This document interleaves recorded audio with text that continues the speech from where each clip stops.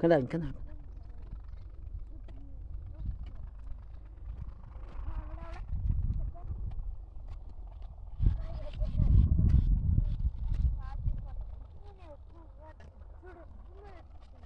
अदनान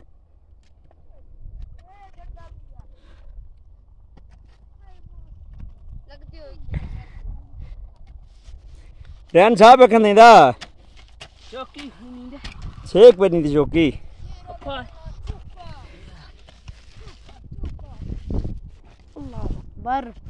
हिरेलाल ये है मोहम्मद रेहान। हिरेलाल थोड़ा ये क्लास 6 का स्टूडेंट है। कोयटा नहीं आता है।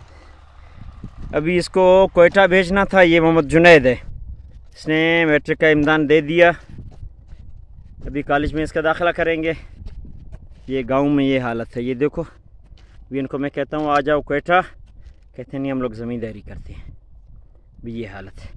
अभी रेहान अगर आ जाता, देखो ये वाला BRC की तैयारी कर लेता, कैडेट कॉलेज की ये हालत है। ये देखो इतना ऊँट बन गया है।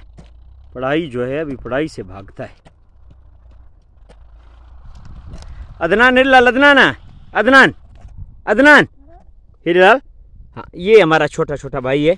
ये भी अपना काम कर रहा है। हाँ ये छोटा ये। हाँ मैं इधर काम कर। वन चौकी दे, वन चौकी दे। ये देखिए काम कर रहा है।